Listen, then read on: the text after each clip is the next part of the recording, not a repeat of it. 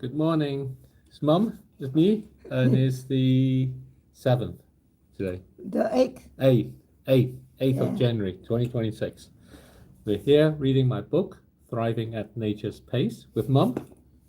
And I'm doing this because my mum can't see well enough to read. So she's saying, well, what have you written about? And so I'm doing that. And we've been doing it for quite a few days now. So we've on page 26 in the book, there are 240, so we are 1/10 of it through. So we would be able to do this probably by June, maybe, I think. I don't know if that's the right thing. Probably, yeah, maybe. We've probably done it 2 weeks, maybe 3 weeks. So, yeah. So another 10 times 2 weeks, 20 weeks. Yeah, probably something like June. So anyway, we'll carry on with this. And this book is about how we can thrive in the climate crisis and what is it that we can do in order to help ourselves. And we're in the part where we're explaining what the situation currently is. So that's where we are. So in the face of this, the UNFCCC, so for the people who don't know, the UNFCCC is the international organization, treaty contract, or treaty as it were, between all 198 countries to say they will tackle climate change. It's reduced to a bargaining table. So the bargaining is a progression of the denial. So we're going to really talking about denial.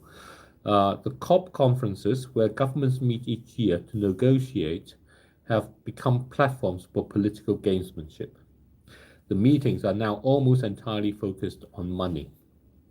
So the original setting was to try to reduce the greenhouse gas emissions, but it doesn't actually say stop them, it just says stabilize. And it talks about maintaining growth at the same time. So those two have been very difficult to do together. So success is claimed when demands for money are agreed on without a care of whether the money can be delivered. Businesses are invited to be part of the circus. They attend to lobby for their own interests under the guise of contributing to the treaty's proviso of sustainable economic growth. Swept along by this tide, even sincere businesses focused on the treaty objective of stabilizing greenhouse gas emissions concentrations become complicit after the fact. They are in a collective denial that the process is failing. Sadly, scientists and activists are also supporting this denial by insisting that urgent actions can fulfill the Paris Agreement. This treaty sets objectives to keep the planet's surface temperatures from rising beyond 1.5 degrees and definitely from breaching 2 degrees. Just as a reference, the past few years we've seen it above 1.5 degrees already. But the formal definition is to average over 10 years. So if we carry on for a few more years, then we'll definitely be over it. There's now no way that the juggernaut of the modern economy can be turned in time to prevent the breaching of those temperature limits. That's my opinion. The lower 1.5 degree limit is gone, and the higher 2 degree limit will likely be breached as well. In fact, the pushback from sections of the public against what they see as authoritarian impositions on them in the name of the Paris Agreement is causing political fractures. Denial that these limits are lost is alienating the bulk of moderate electorates from considering other approaches, and is even preventing alternative approaches like the ones proposed in this book from being imagined. Climate change is first and foremost a social issue. It is precisely because the climate change is a social issue first and foremost that UNFCCC process is failing. The scientific facts are clear. There are no longer any controversies about them. The issue is over social consent to do without oil and gas and coal.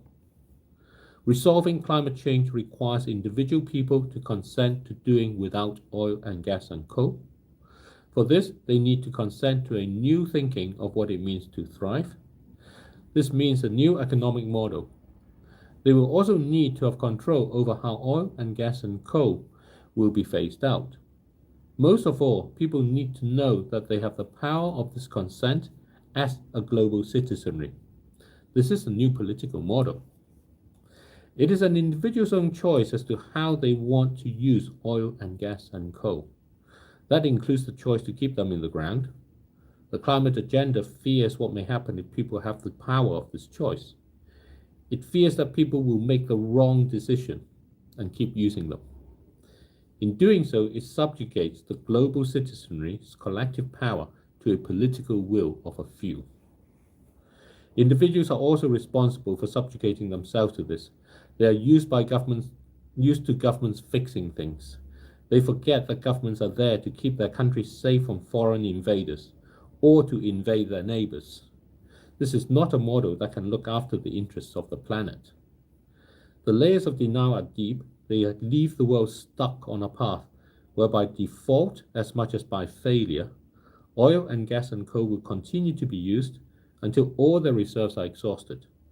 It leaves individuals with no power and governments impotent in a rotating Game of Thrones. It leaves the world believing there is no alternatives. And even if there were, it leaves everyone fearing what that alternative may mean.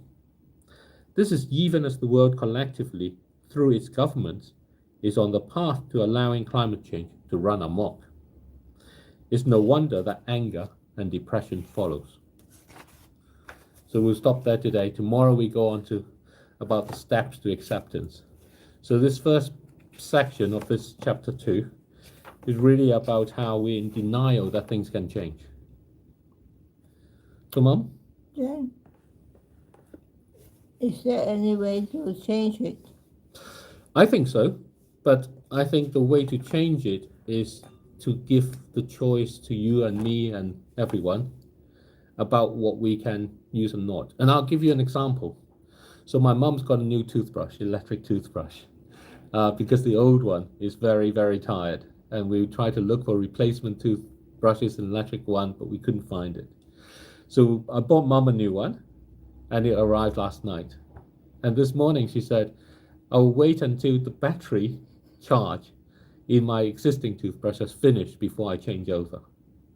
When we do that, we actually end up being able to use less of the electricity.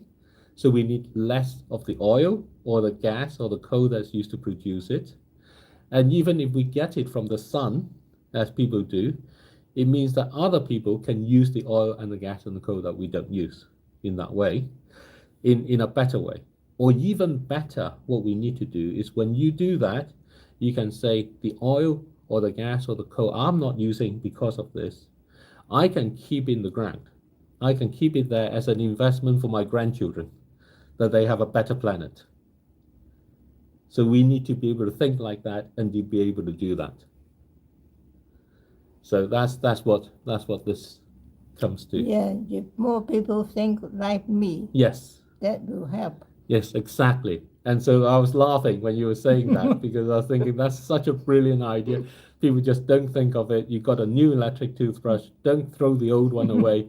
Wait until the charge on that is finished first before you do that. Yeah. So that's advice from my mum, Eleanor. Bye-bye. She's going to have her 91st birthday soon in a month. So we're looking forward to that. Okay, bye-bye. Bye.